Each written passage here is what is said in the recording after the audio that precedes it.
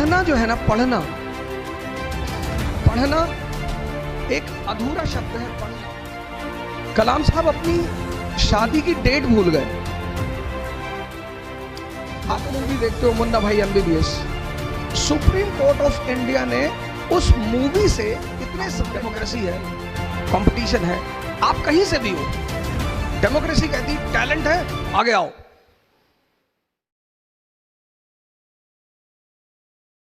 तो APJ कलाम साहब ने एक किताब लिखी, एक बार उस किताब को जरूर पढ़ें, इग्नाइटेड माइंड्स।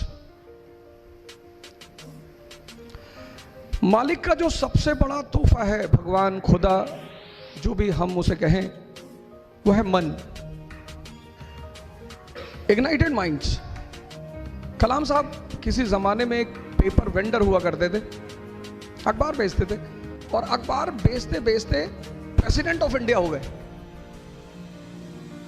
उनकी जो सबसे बड़ी बात जिसने मुझे बहुत प्रभावित किया, बहुत ज्यादा, मतलब मैं पढ़ने के बाद एक लंबे समय तक सोचता रहा कि ऐसा संभव है, ऐसा पॉसिबल है, हो सकता है आपको पता हो।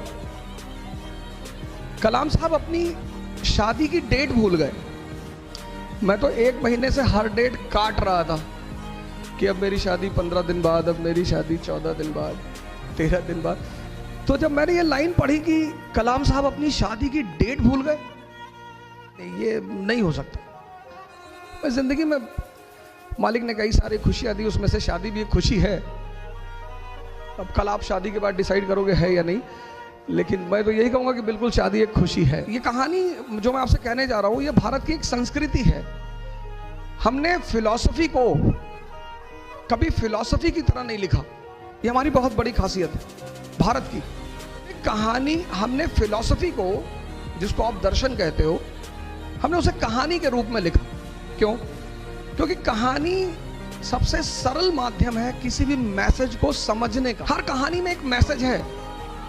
आप मूवी देखते हो मुन्ना भाई MBBS। Supreme court of India ने उस मूवी से इतने सारे मैसेज लिए। अगर किसी व्यक्ति का एक्सीडेंट होता था तो लोग हॉस्पिटल ले जाने से डरते थे, पुलिस सवाल करेगी, पूछेगा मैं क्यों ले जाऊं।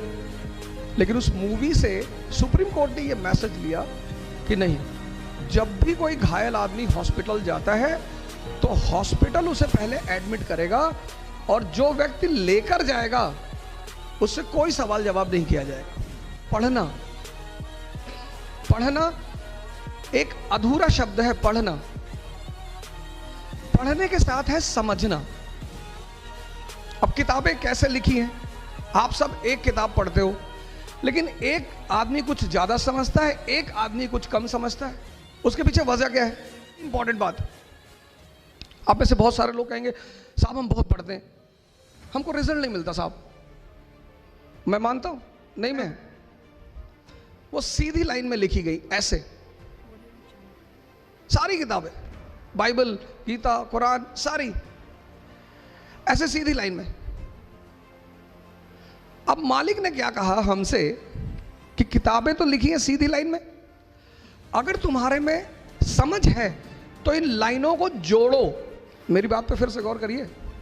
आप किताब पढ़ते हैं, आप में से बहुत सारे लोग उन लाइनों को जोड़ते नहीं, पढ़ते चले आते, पेन ले लिया, अंडरलाइन कर रहे नहीं। जैसे मूवी मैसेज दे रही है, ऐसे वो किताबें भी मैसेज दे रही हैं।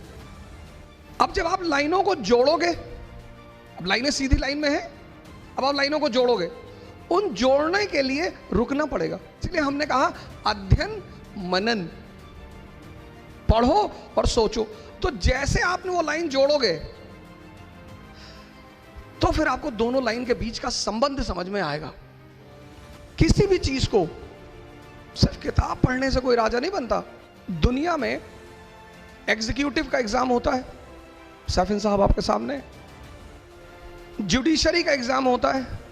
पूरी दुनिया में कहीं भी लेजिस्लेचर के लिए कोई एग्जाम नहीं होता। मेंबर ऑफ पार्लियामेंट बनने के लिए किसी परीक्षा को देने की जरूरत नहीं है। मेंबर ऑफ लेजिस्लेटिव असेंबली बनने के लिए किसी एग्जाम को देने की जरूरत नहीं है। क्यों? क्योंकि जो राजशाही है, किंगशिप,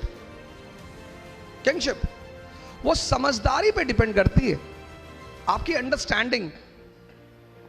अकबर, आज तो डेमोक्रेसी है, कंपटीशन है, आप कहीं से भी हो, डेमोक्रेसी कहती है टैलेंट है आगे आओ।